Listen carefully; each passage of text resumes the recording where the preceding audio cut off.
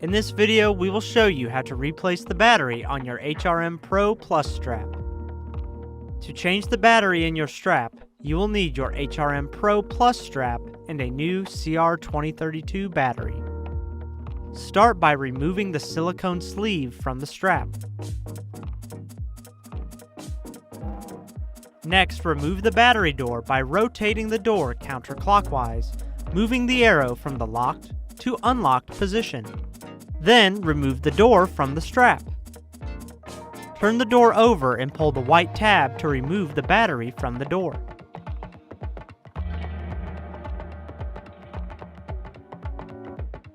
Wait 30 seconds, then insert the new battery into the door with the negative side facing up. Keep the white tab out from under the battery for ease of future battery changes. Place the door into the strap, making sure that the arrow points to unlocked. While applying gentle pressure, rotate the battery door clockwise until the arrow points to locked. The door must be flush with the heart rate monitor module to keep moisture from getting inside. Then replace the silicone sleeve over the HRM module.